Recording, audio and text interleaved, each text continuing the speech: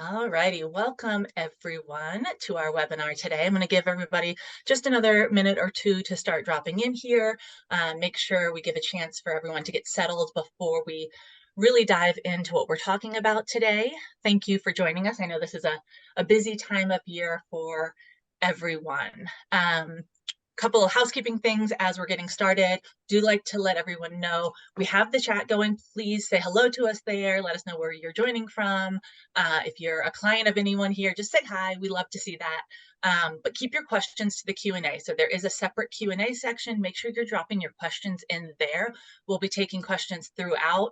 We will have a formal Q&A at the end of the webinar, but some of the panelists may choose to answer questions live. So drop in your questions as you have them, but just make sure they're in the Q&A. That makes sure it's easy for us to see them and they don't get lost in the shuffle of everything going on in the chat. All right, we're about 2 minutes in, so I'll go ahead. Today, we're here to talk about really leveraging your Q4 for success next year. So there's a lot of stuff going on this time of year that if you are paying attention, you can make sure that you're using those insights or using the data, using the extra traffic that you're getting this time of year to start your year off right in 2024. That's what we're talking about, and this is across all of your Amazon business for sure, but a lot of these tips I think will be applicable for other areas of e-commerce as well. So really quickly, I want to let everyone have a chance to introduce themselves. So I'll start. For those of you who don't know me yet, my name is Jessica Wright. I work with AO2, who's hosting the webinar today, as well as Seller Labs, which is a company that a lot of you may have joined from having been long-term customers of Seller Labs, who now are our clients over at AO2. So I'm here hosting, and I've got 3 great panelists. I'm going to throw it over first to Tyler from Seller Accountant and let him introduce himself. Yeah. Hey guys, Tyler Jeffcoat, Seller Accountant. We are, bookkeeping fractional CFO here in Athens. I saw Lindsay post a chat. What's up, Lindsay? I miss our Tzatziki's lunches, and we were born out of the same incubator that kind of spawned Seller Labs several years ago. So we still know those geeks and hang out with them occasionally. And yeah, excited to be here. And we are super excited to have you. Throw it over next, Kurt, if you want to introduce yourself. Yeah, my name is Kurt Hummerkauser. I'm Director of Sales at Stellar Rocket. Worked here since there was about 10 of us in a room. We help sellers get placed in more affiliate content, kind of like a PR affiliate marketing agency, somewhere in between. Very cool. Excited to learn more about that because Seller Rocket has been kind of on my radar for a long time, but I've been doing this and been heavily immersed in it for a long time. And I know it's something that a lot of sellers aren't aware of. And so that could be a really big lift for some people. So we'll jump into that a little bit more later. And Shane, go ahead and introduce yourself. Yes, I also want to give Lindsay a shout out since we all have that in common.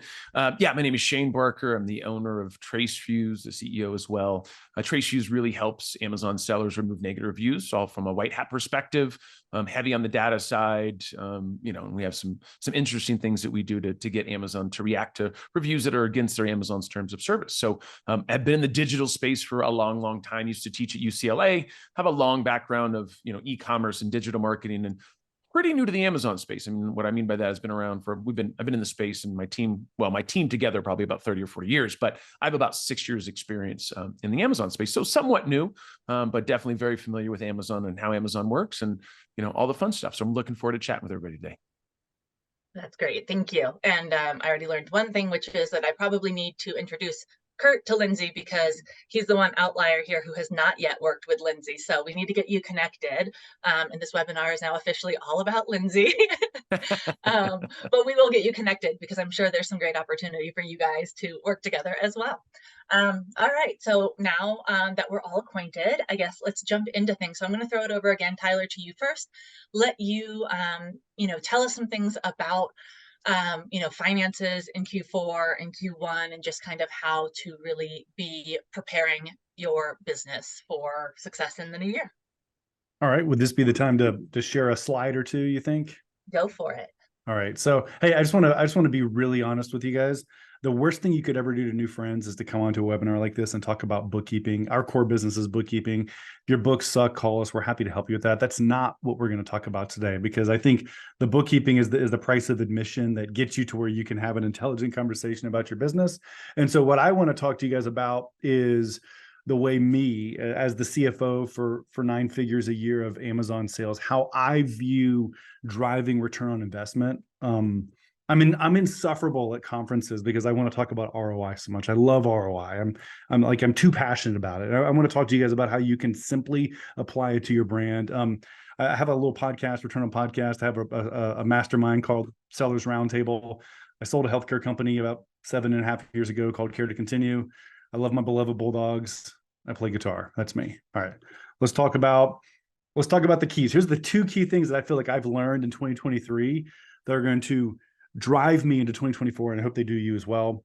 This is one of my 8-figure clients. About a year ago exactly, was on the brink of bankruptcy, and he had the realization finally that the consequences of running out of cash are greater than running out of inventory. Running out of inventory sucks.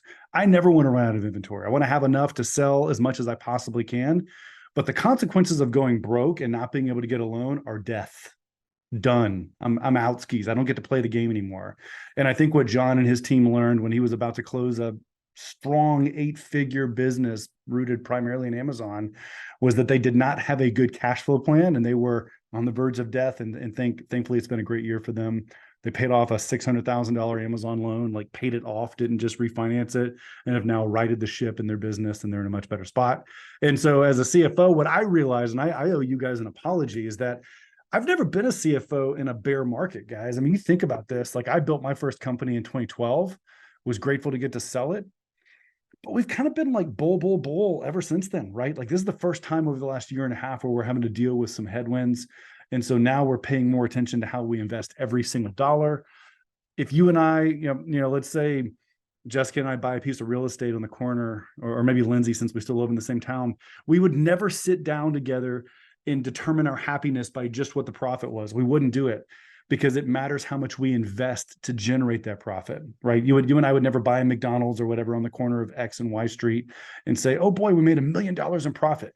We wouldn't do it, because we need to know if we invested $100 million to generate that profit versus $100,000. And so I want to teach you how to use ROI as a mindset for an Amazon business. It's called return on working capital. I want to kind of buzz through the math really quickly. Oh, quick sidebar here. How profitable should you be for your Amazon business? This is really, really important, and it's gotten a lot harder in the last year. But this is kind of a picture of an average P&L for maybe $1 million seller. About 1/3 of our budget goes to just getting the cost of goods sold landed. Bezos gets his cut.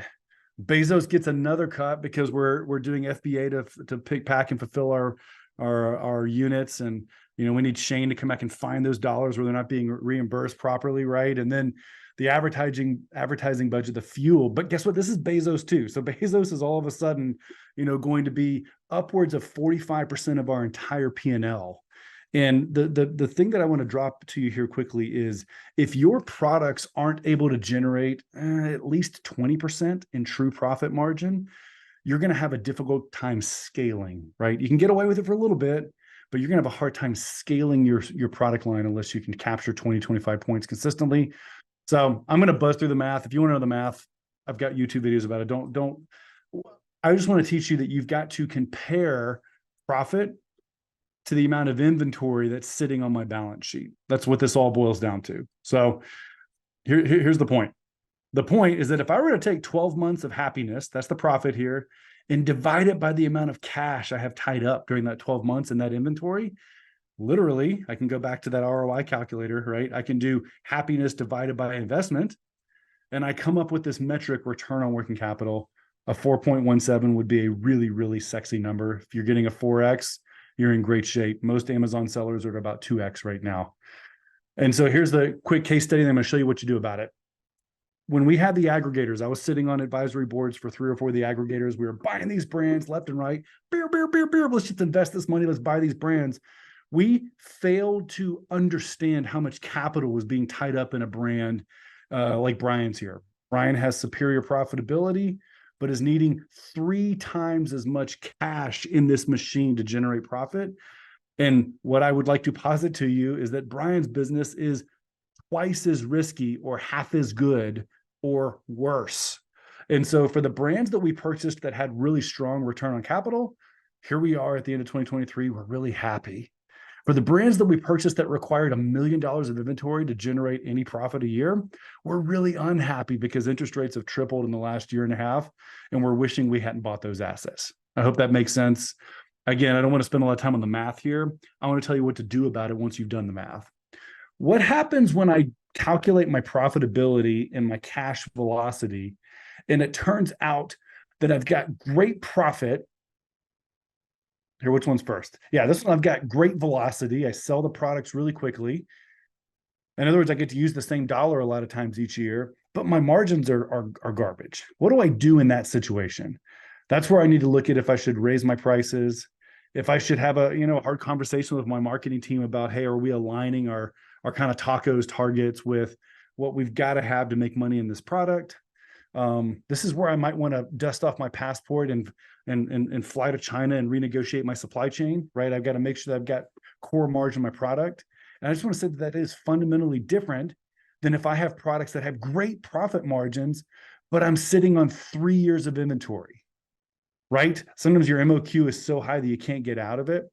And if this is you, then CFO Boy says, it's time to negotiate better payment terms. It's time to actually give my ad team, Kurt needs more money. Like, go spend more money on advertising because I got to push this product through the machine. I've got the margins. And so just know that my point in bringing this to you is that my strategy for correcting crap products or subperform, by the way, if they're really crap, you kill them, right? That's the dog. But if they've got potential, your strategy for correcting them depends on what the issue is. Make sure that you take the time to actually calculate your return on investment per ASIN, per SKU. Work with your marketing team so that they know what those targets are, so that it gives you the power to make the right choices for how to drive your business in 2024. And I think I want to stop. I think I want to stop there with this kind of data dump here. But yeah. Yeah, I think it's so important to talk about. And like you said at the beginning, like, you hate to come in and talk about bookkeeping stuff to new friends, but really, like, talking about profits is the most important thing that we can talk about with Amazon sellers, because I've been in this business for 15 years. And 15 years ago, I would talk to sellers who had no idea what their true profit was on the Amazon marketplace. And today, in 2023, I still have that same conversation with people. It's such a difficult thing to break through and understand. And so I guess a question for you this late in the year, is there anything that people can do? And if not to be like, pull it out successfully this year, to make sure they're in a better place starting next year, right? If they didn't do all of the stuff, if they didn't have all the information you gave us today, they obviously didn't plan their 2023 to hit that really sexy 4-time number that you brought up. So what can we do today? Well, I think so taking some time to do the measuring. So again, blocking and tackling is make sure that my bookkeeping is in what we call an accrual fashion, where when I look at month over month, it means something. I have to really listen to those profitability numbers. So that's gift number one I would give you, is just have decent books. Like, it doesn't have to be us, but have somebody do that right, where you can understand your profitability each month. The second thing is that now when things are harder, because you alluded to this, but like 10 years ago, you could sell on Amazon, not know exactly what your ASIN level profitability, and you could get away with it because there was so much opportunity in the marketplace that we didn't have to be as disciplined. We have to be a little bit more disciplined now. And so the second gift I would give you is just to build a decent cash flow forecast, because again, we can talk all day about profit. We love profit, but running out of cash is death. And so I think making sure that you've got a plan to make sure you're well capitalized. And then I just think understanding what my core issue is. Like, let's say I'm selling the black one here. I've got my mug, I've got the black one. If this is a high margin product that I'm sitting on a ton of, I want to advertise more, and I want to make sure that the velocity of cash is high.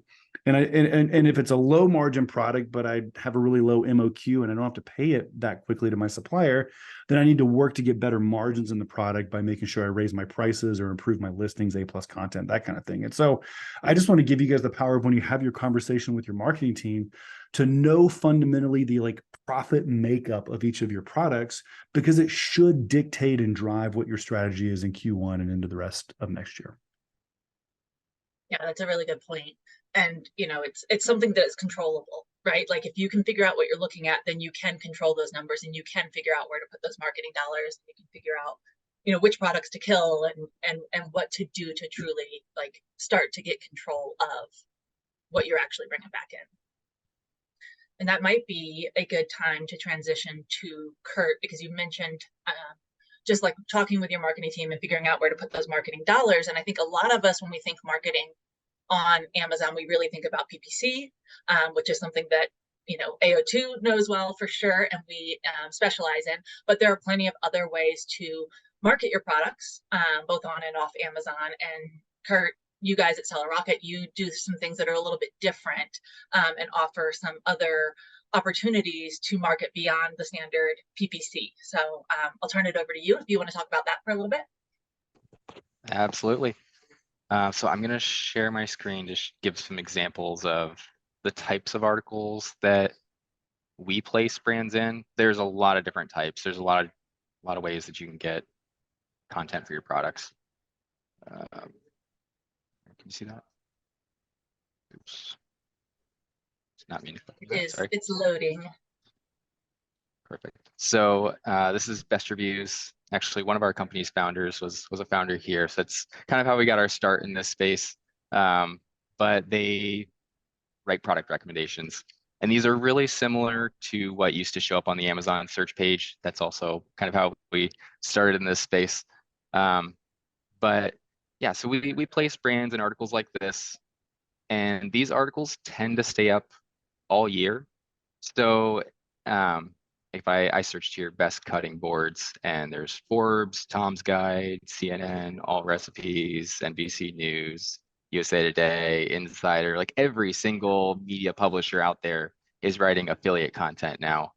It's a way that they can drive revenue for themselves. Actually, one of our partner publishers is like a traditional newspaper. They have a network of these newspaper sites, but since they're news, they rank really well. They appear top of search. So yeah, they're even into affiliate content these days. But these articles, they stay up year round. So the more you are approaching these publishers, when it does come time for your peak season, if you sell toys, you want to be in gift guides, then you need to be in these publishers' ear, like, a couple months beforehand. For us, even with as quickly as we do things, it takes about 30 days to get an article published. So I like to talk to sellers well in advance, 2 months before they need to be in place. But if you look at these articles, this one was published November 6th, April 18th, December 9th. They all get published at different times, and publishers tend to follow a content calendar. So we kind of have to pitch to them constantly, and eventually it aligns with one publisher's calendar and then the next publisher. And over the course of a year, you build up this inventory of articles like these, so that anytime somebody's searching for a cutting board, they come across your brand as one of the top recommendations. Sometimes it even seems like these articles, like the publishers copy each other. They see, hey, they've got this anchor product speaker in their article. We're going to put it in our article too. It seems like that's what's going on the other side of things. But a lot of times they actually are just going to the top of the category that they're writing about and choosing, a few of the top 10. It's an easy mental shortcut for the publisher that says this product is great, people love it, it's well reviewed, and so nobody's going to be mad at Forbes for recommending some Bluetooth speaker with 8 reviews on it. So we did have a question come in, Kurt. I don't want to interrupt you, so I'm going to let you know, I'll give it to you. You let me know if it's something you can answer now. But Diane is asking, where do you access this list of affiliate publisher marketers? Well, so we have our own network of publishers, but in general, if you search best whatever your product is, you're going to come across these articles. And I've heard of some sellers getting in touch with publishers just by, actually, I have an example here, a BuzzFeed article. Emma Lord is who wrote the article. You could find them on LinkedIn or some social media. Reach out to them, say, hey, would you be interested in featuring my product? That's one method you can use to get into these articles. You could also reach out to BuzzFeed directly. It's usually really expensive to work with a publisher directly.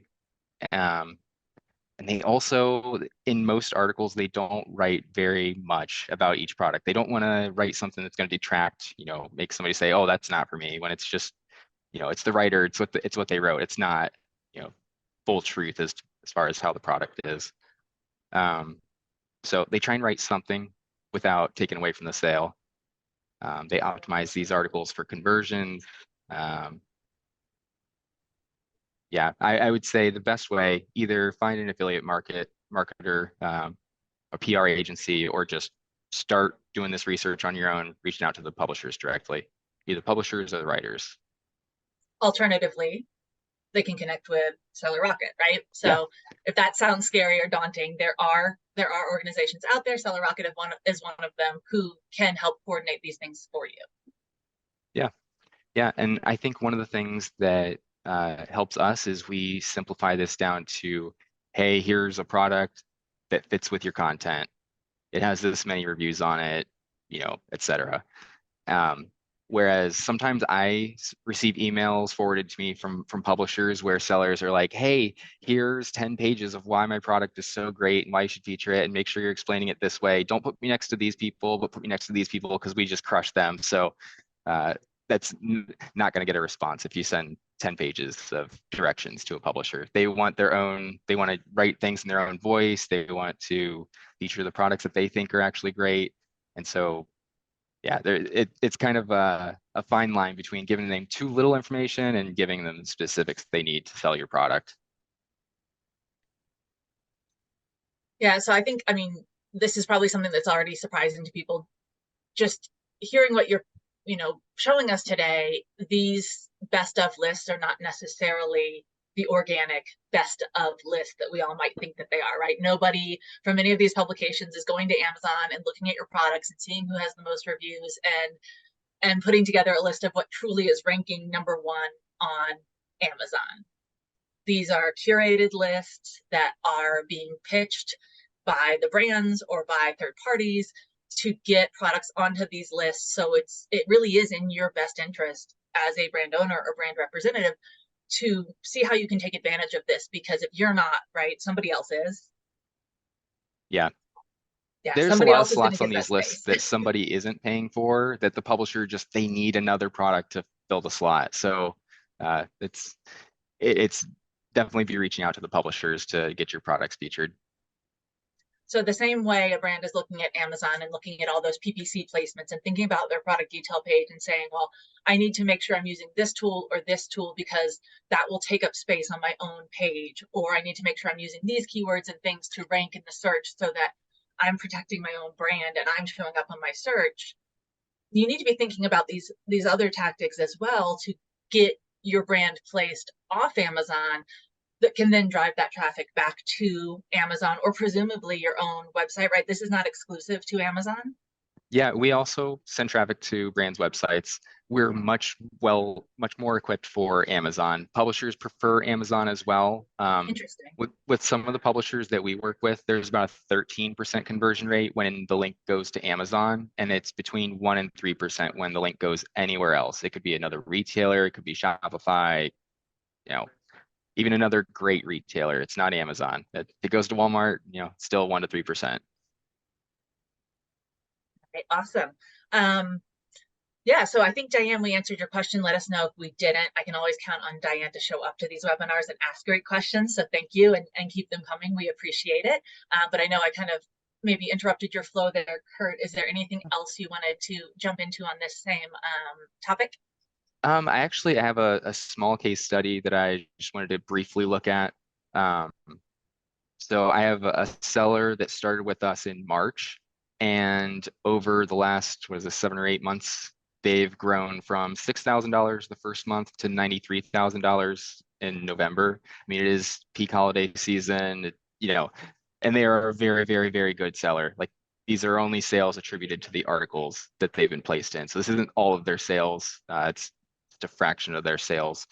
But I created a map here, or like a graph here, and it's taken some months and some seasonal bumps, like the July Prime Day was a nice bump in their sales. But every month we're in publishers' ears for them saying, hey, we have this product, it aligns with your content calendar. If you do update that article that you have for cutting boards, you could add them. They're a great seller. We'll pay you extra for it.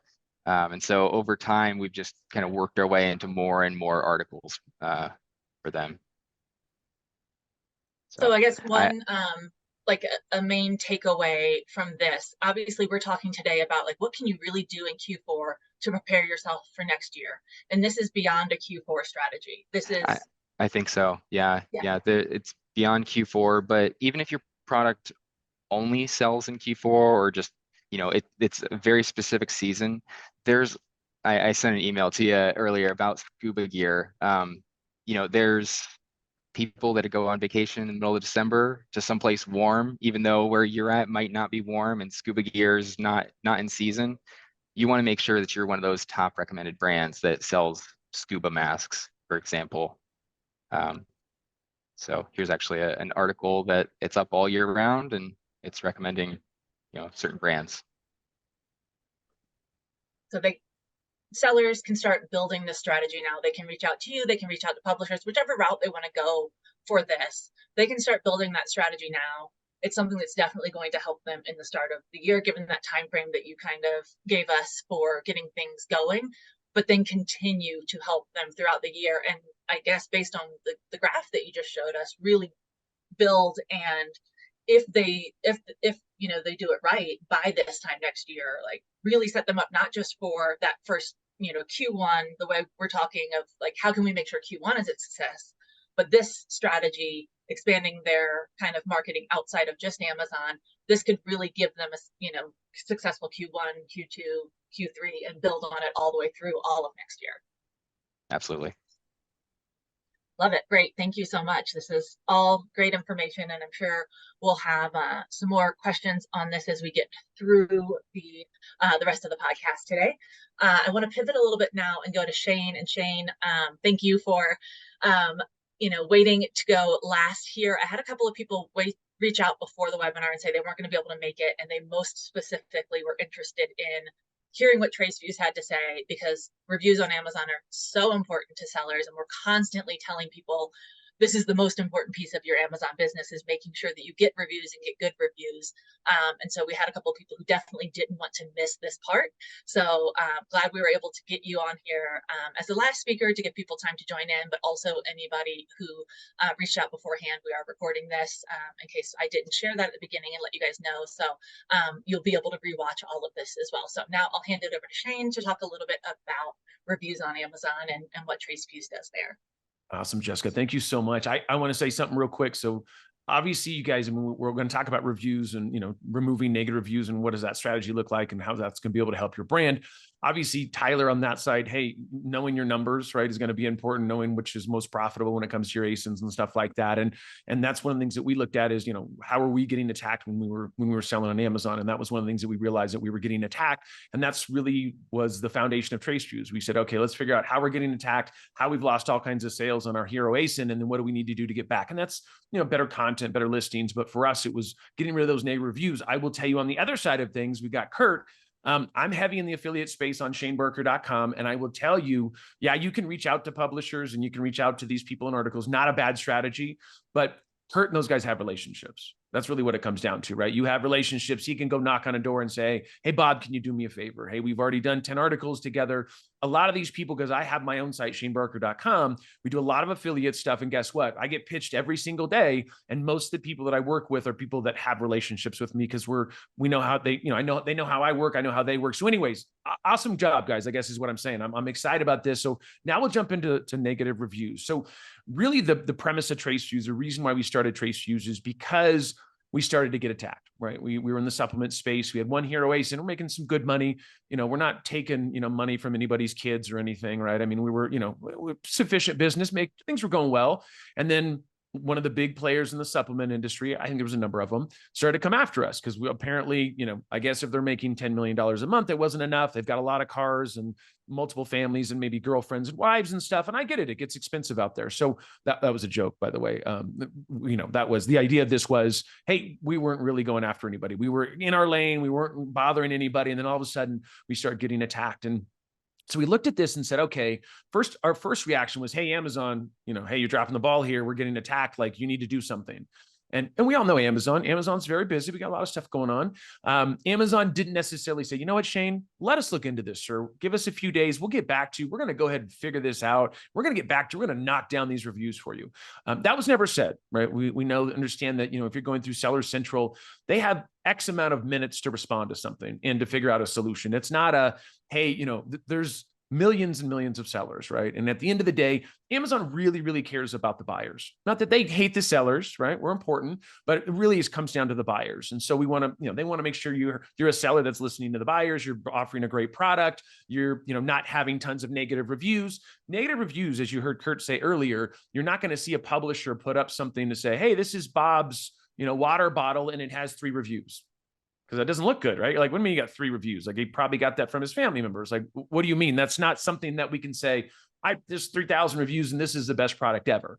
I can tell you guys firsthand, I won't say their name, but there was a client of ours that came to us and was losing $3 million a month off of bad publicity, but it was not bad publicity. It was really a competitor going in and buying their products and giving them negative reviews. So what happens is this is all black hat stuff. But what happens is somebody will come in at, let's say, the supplement space, creatine wholesale, or, if you're developing yourself as, let's say, $3, you sell it for $35, high profit margin, everything's awesome.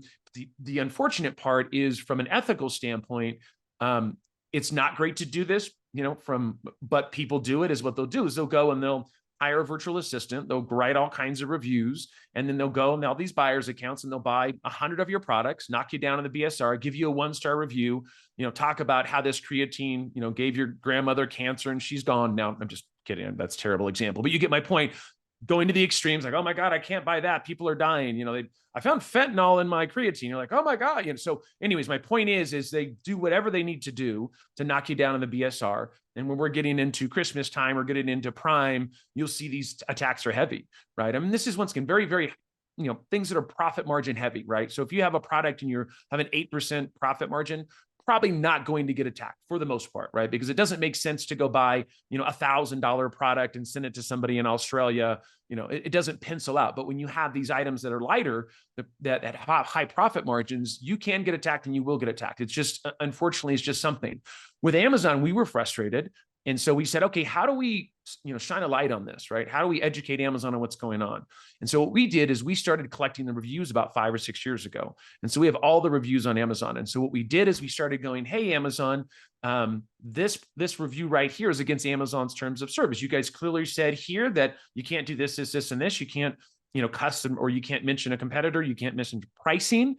And so, this is clearly against your terms of service. This is a review that we would recommend removing because, once again, we want to make sure we have a clean platform and everything.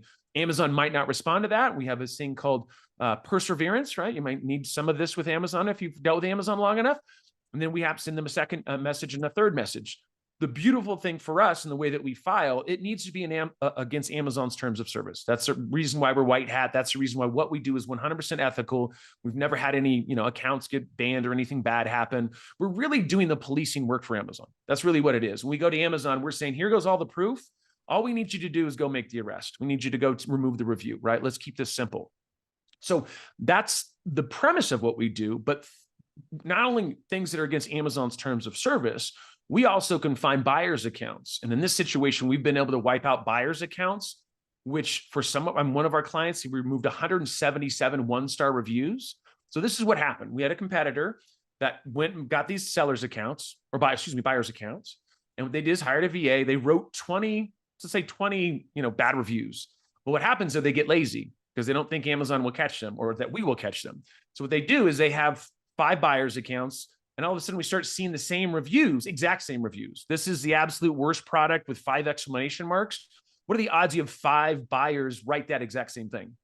I can tell you the probability it's 0. Like, I'm not a huge statistician, but at the end of the day, that's just not possible. Or if you have 5 of the same reviews from 5 buyers, that doesn't make sense. So what we do, we go to Amazon and say, hey, there's something going on here. And these could be reviews that look legit, that maybe even have a picture that are maybe even, but what we're doing is we're tying this in and going, hey, Amazon, what's the likelihood of this, of these 5 buyers all buying my products? But guess what else they're doing? They're also buying probably the person who owns the buyer's account. They're buying their products and giving themselves 5-star reviews. So when we take out a buyer's account, it knocks down my clients' 1-star reviews and it knocks out their 5-star reviews. And so there's huge traction that happens there. I mean, that's a lot of those are escalation emails. And once again, as you talked about with Kurt down below here, or he's down below. I don't mean down below me, but you get my, where we're at in the webinar here. You can try to go do this yourself. We've had most of the sellers, 99% of them have had maybe a below a 1% success rate with this. So you can do Chat GPT, you can come up with a response, you can build a template, and you can spend all your time. I can tell you it took us 3 years. And we got pretty much a hot 0 for like 3 years. Like we have tons of accounts. We're filing tons of different things to see what Amazon would react to. We're constantly iterating because Amazon changes things, every 14 seconds or whatever it is. And so, we're constantly doing things. The beautiful thing, which is for, if you're a seller, this is frustrating, is that A and B don't talk. And what I mean by that, you could talk to Jennifer at Brand Registry, and then you can talk to Tom the same day at Seller Central. It's like they don't have a CRM or something. It's like, well, I just talked to you. He's like, no record of anything. Sorry. So what happened? That usually sucks. But in our situation, it's awesome because if we file the case and then all of a sudden nothing happens there, we take that exact same case, we reformat it, we can file it with a different department. It can be Brand Registry. We have about 5 to 6 different departments that we can file with. And we have a strategy behind that. There's a methodology with every department that's different. So that's the thing, is when we first started doing this, I mean, brands were like, no, this is Black Hat. I want nothing to do with it. Like literally people were like, I don't even want to talk to you. I don't even want to be in a picture with you. And now that they're seeing we can do it, Amazon and all the groups, all the groups are saying, hey, we're having some success here. And so right now we're in a very fortunate position where we're getting tons of leads because of that, seeing the success, and people realize that we're not, scamming people or lying or whatever. And we're all performance-based. So there's no upfront fees. There's no nothing like that. We file a case and nothing gets removed. We don't make any money. If we file a case and get a review removed, guess what? We get paid. So we try to keep it simple for the sellers. They've got enough stuff to deal with in life, right? With Amazon and everything else, and trying to be profitable and trying to get PR and drive more traffic to there. But I can tell you firsthand that if your reviews are terrible, especially on a hero ASIN, they start to get terrible. We've seen from a 4.2 to a 4.3 to a 4.2, we've seen sometimes a 30% drop in sales. It can be that drastic for those types of things. And so I tell people I tell people to be proactive instead of reactive, right? Really what you want to do is you want to be proactive. Look at your listing. Do you have a 4.3? Solidify that 4.3. Look at the reviews. Let us remove some of those reviews to continue to get that spot. You don't want to get down to a 4.2, especially if it's December 13th and you get down to a 4.2, you're going to be scraping inclined to get back up in the next 12 days. So anyways, that was that. And once again, we appreciate this opportunity. And anybody has any questions about this, I know you'll see this video. We have a little offer for you guys at the end as well that we're excited to talk about. Yeah, that's great. And if you have anything to drop in the chat for that, if you want to go ahead and drop it in now or later, but you're really speaking right now to the seller's hearts. It's a conversation I've had probably with every brand I've worked with over the last 10 to 15 years. And my advice has always been to them, there's no way to get those removed. So focus on other areas of your business. Like you as a brand owner don't have time to be going after each of these individual reviews and all of the people you think are have it out for your company. You're probably not wrong. It probably is happening. But as a brand owner, you have so much more important things to focus on because you can't impact this thing. And so for you to come in here and like prove me wrong and say it can be done. That's the beauty of it. And what you just said. So I had a seller say to me one time, the reviews to me, what they ended up being is like a rock in my sandal. It didn't make it so I couldn't walk, but it was very uncomfortable, but there was nothing I could do to get the rock out of my sandal. And when I heard that, I thought, oh man, that's just, and for us, it was so frustrating because really we spent 3 years developing this. Like this was not an overnight, oh, hey, we found one template and started filing. Like we did so much back and forth with Amazon to really understand the process and what works and gets them to react. Because some of it's actual people and some of it's more AI driven, right? Our software is AI driven. So there's ways to do that. But yeah, most people, most consultants, Jessica, like yourself, were like, nothing you can do. Don't worry about it. It's just a cost of doing business. Move on to the other 20 things you can work on.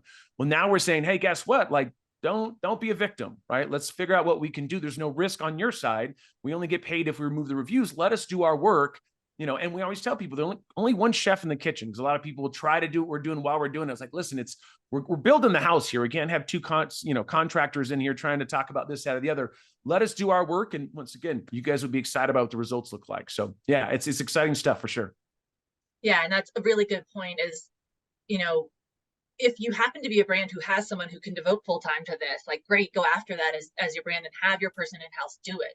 But the one thing about what I've told people for years that still holds true is you as a brand owner do not have time to do this.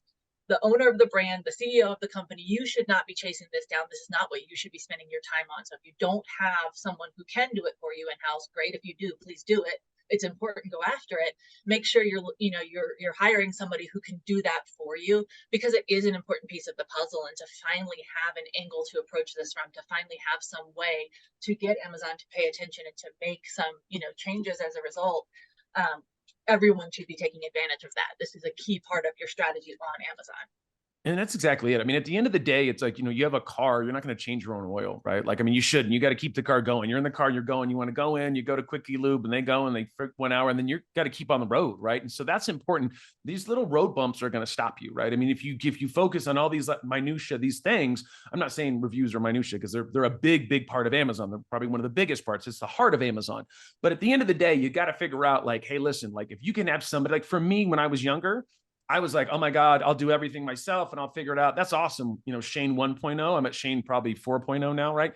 Like now I'm like, I outsource everything. Like I want somebody to do why would I try to become a CFO? Right? We got Tyler here that would go and knock it out. Why would I go and try to pitch my own affiliate stuff, even though I have a history of that, when I got Kurt? Like at the end of the day, it's like, you should be doing this to grow your business. But when you're in your business every day and you're not focusing on the growth of it, it becomes very difficult for us to look at it from the outside.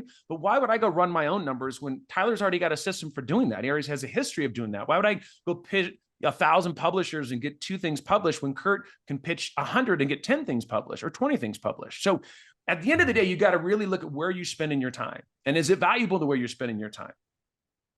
One thing maybe to add to that is I think I'm hearing you guys both acknowledge 2 realities that even if we hate them, we need to live within the reality that we're in. One is, as a CEO, we can do kind of anything, but we can't do everything, right? So like we're going to have to find things to delete from our plate.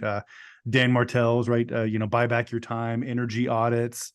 I got to know what my best use of energy is and get the other things off my plate for people who are going to do it better, faster, more effectively. The second thing is we may not love that Amazon is that huge chunk of the P&L that I showed you. Like that's a big chunk of our profit and loss that goes to Bezos and the guys.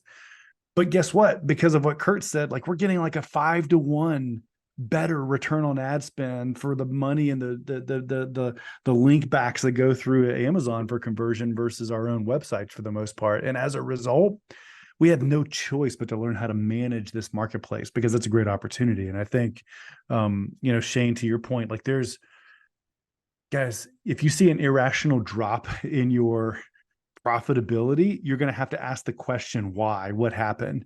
And it could be very easily could be, especially if you've grown a lot, that you have a competitor that is attacking you and you can,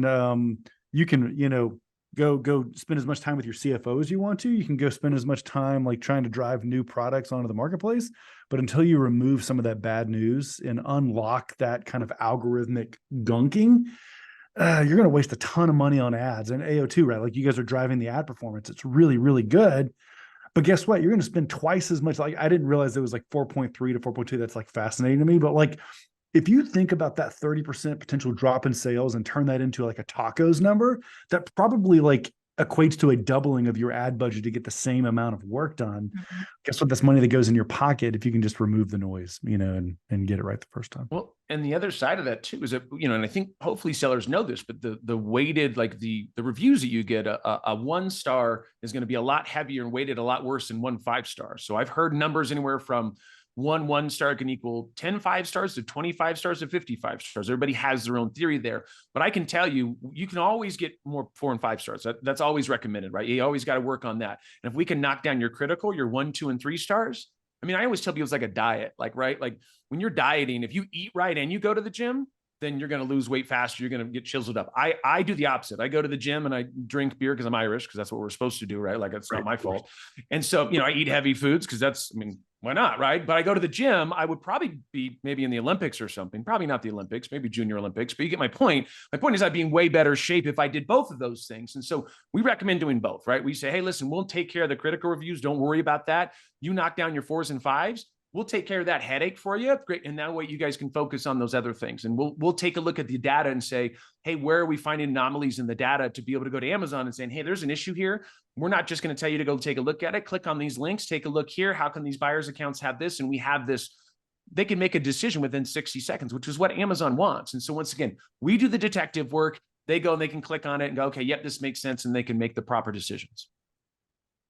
Yeah. And, the biggest thing I'm taking away from this, and it's what I had hoped to take away and hoped that the audience would take away as well, is just how all of these things, I mean, each one of you has pointed back to at least one or if not both of the others for how all of this works together. There's a reason we brought together 3 completely different services and 3 completely different parts of the business to talk together today, because it's so important that as an Amazon seller, you recognize how all these parts of the business and every other part of the business, how it all comes together to ultimately impact how successful you are. So that's my main takeaway. And as we're approaching the 10-minute countdown here, I think I'm gonna, ask each of you for the same thing: is what's the biggest takeaway? What do you want to leave the audience with today?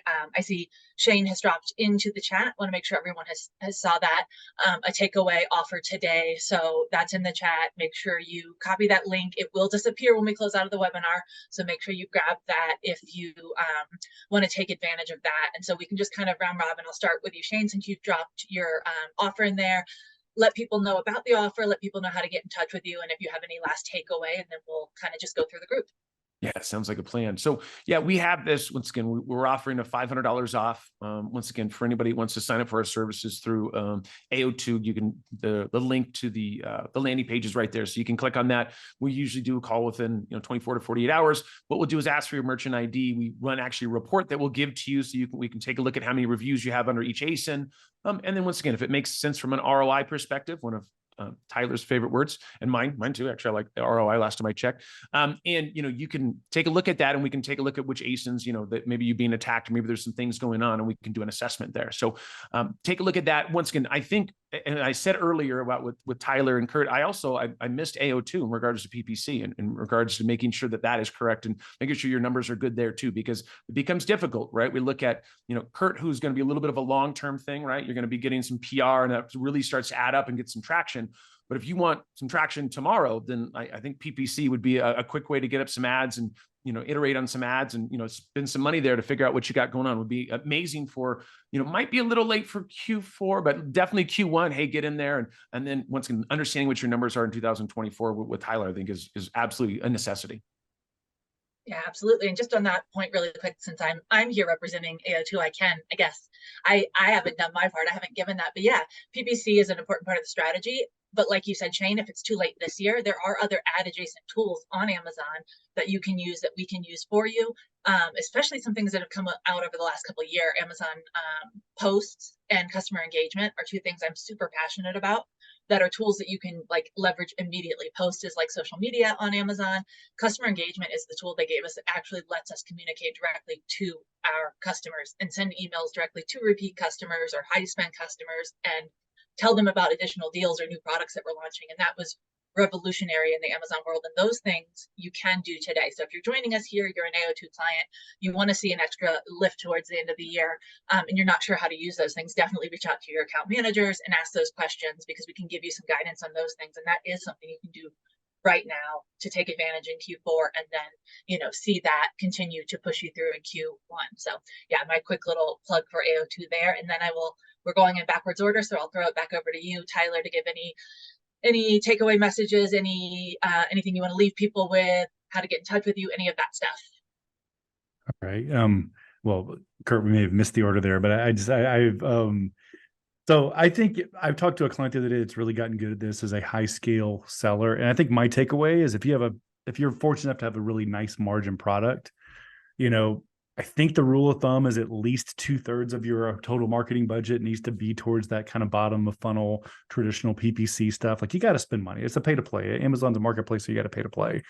But shame on us if we aren't allocating a smaller portion of the budget towards things like what Shane and Kurt are talking about here. We need to have a long-term offensive strategy to try to drive that like recurring kind of feels like organic traffic through something like an editorial that might. Can you imagine your product showing up on a BuzzFeed article and sitting there for a year? Like that's going to be really nice.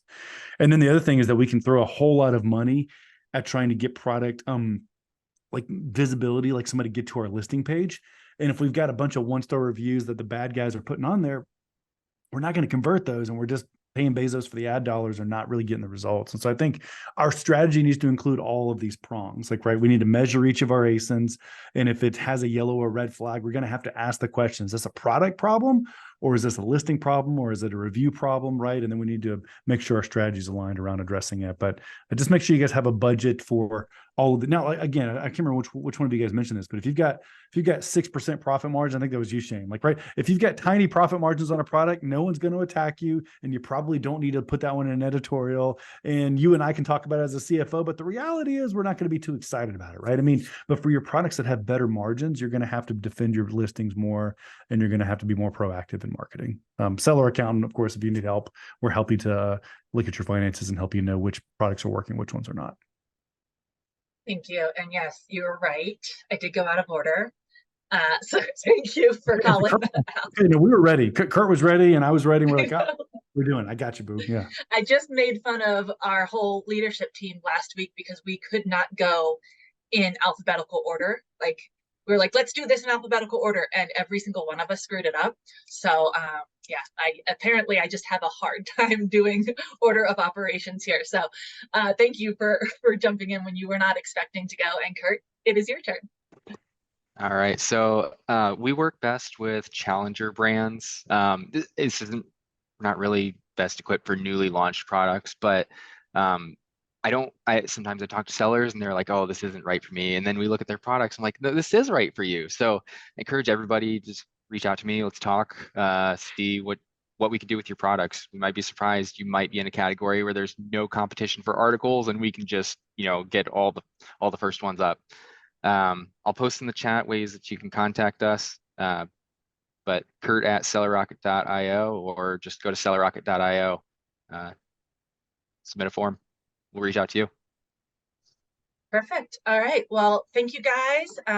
Really appreciate all of you showing up today. I know this is a really critical time of year for us all. There's a lot going on, both in business and in personal lives. So, taking an hour out of your day to join us and talk to our followers and friends here it's really, really helpful for us. And I know that this is a recording that's going to get a lot of rewatches after the fact and a lot of people reaching out. So for anyone who is watching this on the recording and can't necessarily access all of the links here and things that are shared in the chat, you can always connect with us at AO2. We can put you in touch with all three of these guys here, and they'll be happy to help you out. So if all else fails, if you're watching this after the fact, just contact us directly and we'll get you in touch. And we look forward to doing that. So thank you everyone for joining us today, both the panelists and attendees. We appreciate your time. We hope you got something helpful out of this, and hope to do this all again soon. Thank you so much.